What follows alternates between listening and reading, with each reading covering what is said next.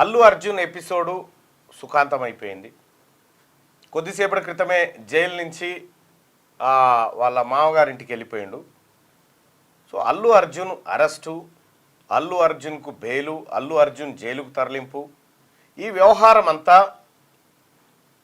ఒక మహిళ మృతి చెందిన ఘటనలో జరిగింది. ఒక మహిళ మృతి చెంది ఆ మృతికి ప్రత్యక్షంగానో పరోక్షంగానో కారణమైనటువంటి అల్లు అర్జున్ గారి పైన కేసు పెట్టడం జరిగింది. A11గా ఆయనని ఆ ఎఫ్ఐఆర్లో చూపించడం జరిగింది. ఈ A11 అయినటువంటి అల్లు అర్జున్ గారిని నిన్న ఉదయం 11 గంటల ప్రాంతంలో పోలీసులు ఆయన ఇంటికి పోయారు. ఆయన ఇంటికి పోయేటువంటి సమయంలో ఆయన స్విమ్మింగ్ పూల్లో ఈత కొడుతున్నటువంటి సమయంలో ఆయనని అరెస్ట్ చేస్తున్నామని చెప్పి తీసుకురావడం జరిగింది.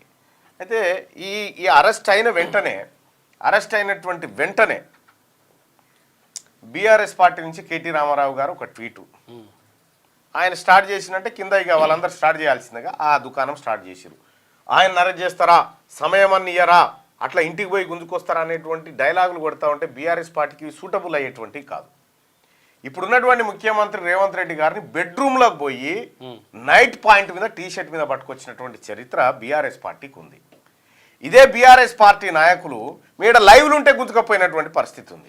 అక్కడ కోదండరామ్ సార్ ఇట్లా కోదండరామ్ సార్ ఇంటి దర్వాజాలు బలగొట్టి తీసుకుపోయినటువంటి చరిత్రకారులు బీఆర్ఎస్ పార్టీ నాయకులు. సిగ్గు లేకుండా బండి సంజయ్ని రేలింగ్ కట్ చేసి గ్యాస్ కట్టర్లు పెట్టి కట్ చేసి ఎత్తుకపోయిన చరిత్ర. సిగ్గు లేకుండా మీరు చెప్తారా?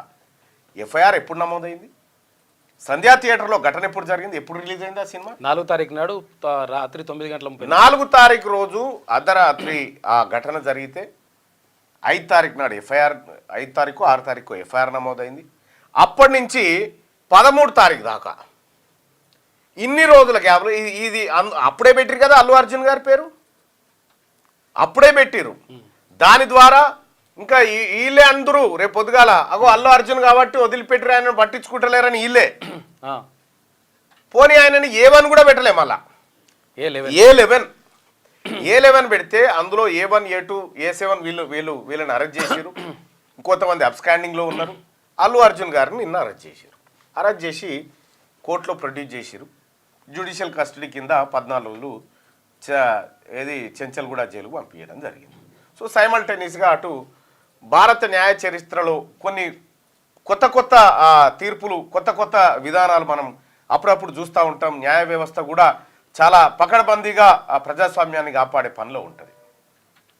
ఇక్కడ న్యాయ వ్యవస్థ అల్లు అర్జున్ గారికి జీవించే హక్కు ఉందని చెప్పి నిన్న చెప్పింది. అల్లు అర్జున్ గారికి జీవించే హక్కు ఉంది, కానీ ఆ మహిళకు చనిపోయే హక్కు ఉన్నది. ఆ పిల్లగానికి అస్వస్థతకు గురయ్యేటువంటి హక్కు ఉందా?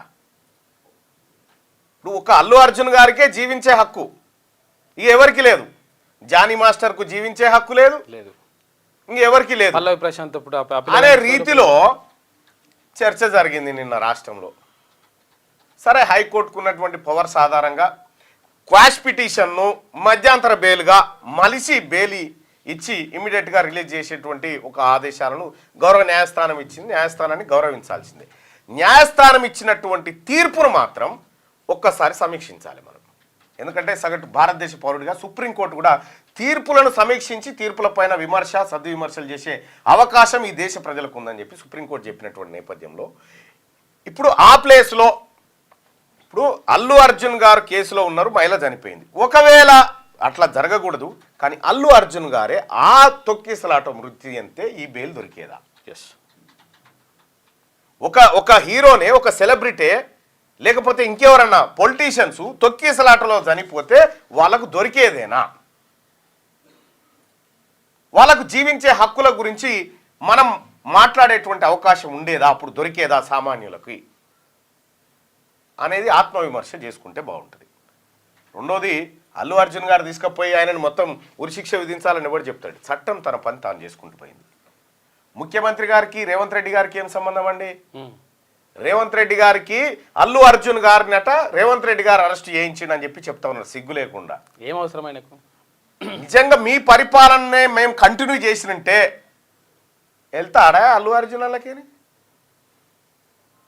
వెళ్ళగలుగుతాడా వాళ్ళకేని? ఒకవేళ నిజంగానే అనుకుంటే వెళ్తుంటో కేసు అసాంఘిక కార్యకలాపాలకు అనైతిక విధానాలకు కాంగ్రెస్ పార్టీ ప్రభుత్వం దిగితే కనుక సాధ్యమేనా అది?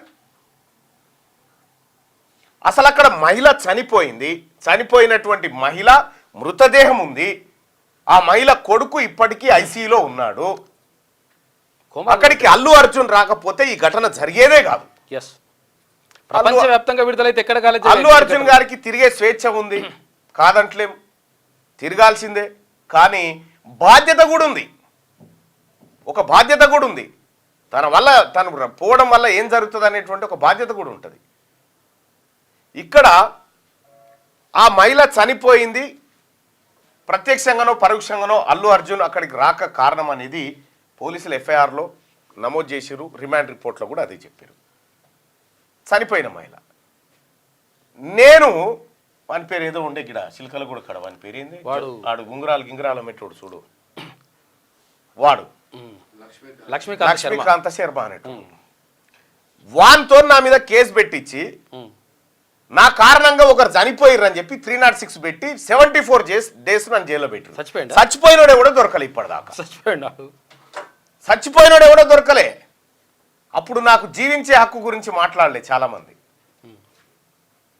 అంటే బీఆర్ఎస్ పార్టీ పరిపాలనలో ఎట్లయితే చట్టాలను కోర్టులను మిస్యూజ్ చేస్తూ మిస్గైడ్ చేస్తూ వాళ్ళ పరిపాలన సాగిరో సేమ్ అది ఇక్కడ సాగాలనుకుంటారు. ఒకవేళ అదే చేస్తే ఒక్కడు కూడా బయట తిరగకపోదురు ఈ లంగా పనులు చేసిన వాళ్ళంతా, ఒక్కడు కూడా. ఇక్కడ చట్టం తన పని తాను చేసుకపోతా ఉంది. ముఖ్యమంత్రి రేవంత్ రెడ్డి గారు చేపించిండు అరెస్ట్ అంటే ముఖ్యమంత్రి రేవంత్ రెడ్డి గారికి చిల్లర పని అవసరం?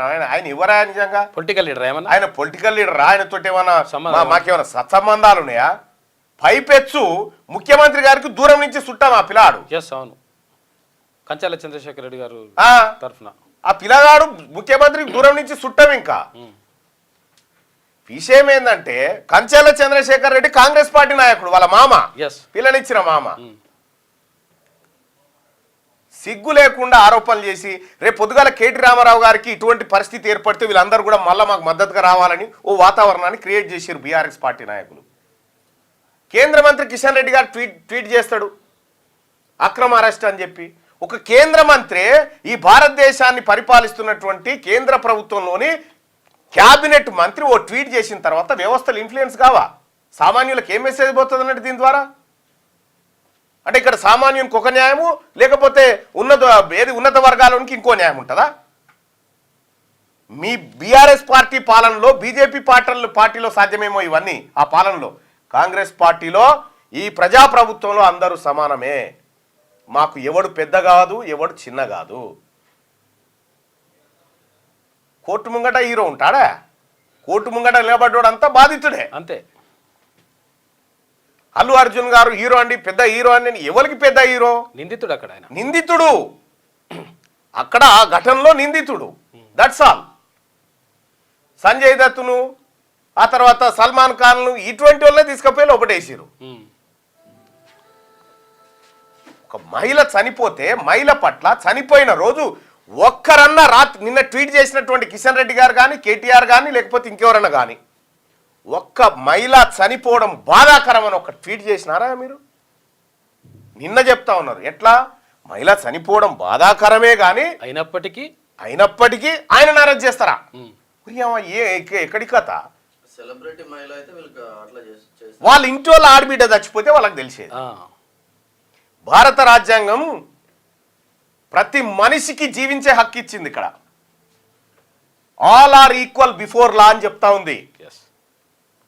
చట్టం ముందు అందరు సమానమని చెప్తా ఉంది.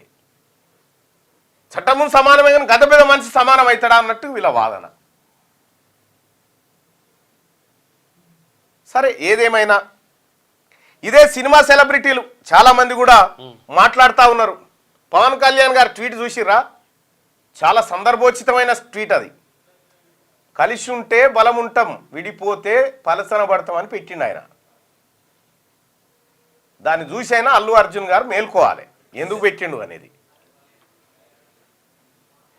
ఇక్కడ అల్లు అర్జున్ అయినా, అల్లు అర్జున్ మామ అయినా, అల్లు అర్జున్ నాయన అయినా, లేకపోతే ఒక రిక్షావాడైనా, రిక్షావాడి కొడుకైనా, వాళ్ళ మామ అయినా, ఎవరైనా అందరూ సమానమే. క్యూ న్యూస్ లో పనిచేయటకు అనుభవం గల కెమెరామెన్లు కావాలను.